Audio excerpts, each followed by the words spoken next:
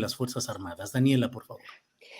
Pues sí, yo también coincido en que me agrada escuchar más al presidente, que nos comparte ese tipo de reflexiones, ¿no? El decir, cambié de opinión, o por ejemplo, lo que escuchamos la semana pasada, si no me equivoco, cuando estaba hablando de lo de la Suprema Corte de Justicia de la Nación, y sin temor y sin decir nada más, admite que se equivocó en sus cálculos. O sea, prefiero 1000 veces eso a un Andrés Manuel que hay veces que es más cerrado y no acepta ningún error que pudiera haber cometido. Entonces, creo que esa parte es buena. El problema que yo veo es que sí, el tiempo, el momento en el que lo dice, pues quizá no es el mejor, pero ¿qué pasa con los que lo rodean? O sea, ¿por qué López Obrador tiene que estar a estas alturas del debate, ya con lo que pasó el viernes por la noche, con esta discusión que se dio casi en secreto, porque pocos se enteraron, y ahí hubo como, siento que Morena también falló en ese punto de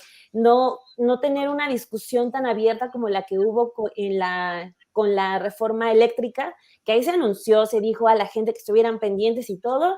Con esta no, o sea, se manejó muy de bajo perfil, pero el presidente, o sea, después de lo que ocurre, de que ya hay varios personajes, varios actores diciendo que qué está pasando, que qué pasó con la militarización, que salga hasta ahorita, obvio, no es atinado, pero a lo que iba es el asunto de qué está pasando con los que rodean al presidente, porque siempre es Andrés Manuel el que tiene que salir a hacerlo. Hoy dice, es que yo cuando llegué había 40,000 elementos de seguridad y 20,000, o sea, la mitad eran para puestos administrativos. Es decir, solo 20,000 estaban en puestos en activo, ya de trabajo directo de seguridad.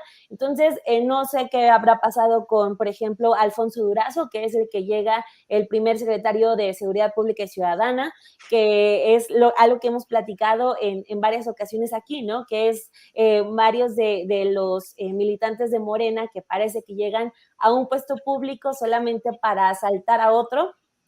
O sea, yo creo que Alfonso Durazo pudo llegar perfectamente a una Secretaría de Seguridad y dar esos datos, que, o sea, lo que dice Andrés Manuel hoy es importante. Había 40,000 elementos y 20,000 eran efectivos. Él pone como ejemplo lo que pasó en el gobierno del Distrito Federal cuando fue jefe de gobierno, que él tenía 100,000, da esa cifra, da 100,000 elementos para seguridad. Entonces, si hoy pone sobre la mesa que solamente había 20,000 para todo el país, entonces por eso dice, no podía sostenerme yo con la Policía Federal, entonces tenemos que ubicarnos por completo, ponernos en los brazos del ejército por completo.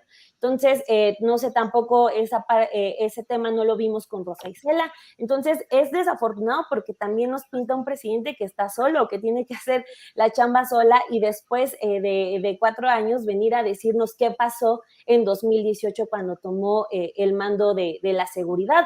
Ahora, también es como importante que lo haga porque también desactivó muchos de los argumentos que estaban en su contra, ¿no? Todas estas fotos que vimos cuando estaba sosteniendo un cartelito de alto a la militarización, pues tiene que salir él a defenderse. Entonces, pues yo prefiero, como decía al inicio, yo lo prefiero muchísimo más así, reflexivo, que admita, que no se enfrasque, que no se limite solamente a decir que es una herencia de los gobiernos anteriores, que comparta más esas reflexiones y que pues ojalá ya despierte al equipo a su equipo cercano para que pues también le ayuden, porque sin duda de estos datos que da hoy en la mañanera nos tuvimos que enterar desde el inicio de su administración.